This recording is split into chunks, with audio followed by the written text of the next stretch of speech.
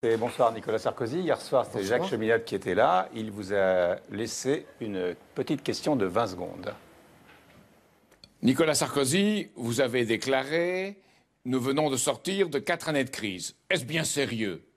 Car si on est vraiment sorti de la crise, pourquoi nous serrer la ceinture et pourquoi imposer un garrot à la Grèce? Est-ce pour sauver les banques d'affaires? Quelle est votre réponse? Bon, on est sorti de 4 années de crise, et notamment d'une crise financière absolument phénoménale qui a failli conduire l'Europe au bord du gouffre. Il n'y a pas d'imposition d'un garrot à la Grèce, Jacques Cheminade ne le sait pas, mais la Grèce avait une dette de 225 milliards d'euros. Grâce à l'Europe, grâce à la négociation que nous avons conduite, cette dette a été ramenée à 110 milliards d'euros.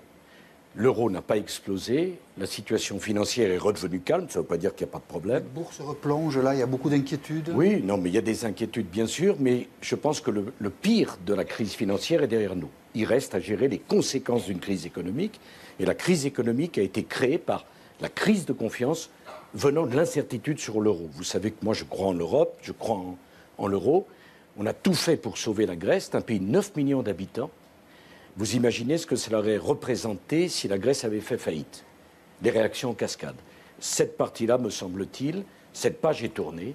Ça ne veut pas dire qu'il n'y a pas le souvenir des souffrances, ça ne veut pas dire qu'il n'y a pas beaucoup d'efforts à faire encore pour sortir de la crise économique, mais c'est une étape extrêmement importante. Bonjour à tous, Jacques Cheminade est donc l'invité politique de LCI aujourd'hui. Bonjour, merci d'être là. L'épine dorsale de votre programme, c'est de dénoncer le monde de la finance, l'influence de Wall Street et de la City. Les bourses plongent à nouveau. C'est dû à quoi d'après vous? Hier soir, à une question que je fais poser sur le grand journal de Canal+, le président de la République a répondu que le gros de la crise financière était passé. Oui. Bien, les bourses plongent le lendemain, c'est dû en partie à l'incompétence de nos dirigeants, qui sont incapables de prendre la mesure de la crise. Alors, évidemment, François Fillon nous dit que si François Hollande est élu, il y aura ce sera pire si François Hollande est élu. Oui, qu'il y aura une attaque contre la France, contre l'emprunt français. Quand on voit Eurex, qui a créé le 16 avril un contrat à terme sur l'emprunt français, qui permettra avec 50 000 euros de spéculer sur 1 million, effet de levier 20, il y a quelque chose qui se passe. C'est-à-dire que l'attaque, c'est déjà aujourd'hui, quoi, que François Hollande gagne ou pas, c'est ça que vous dites? Je dis que l'attaque est préparée.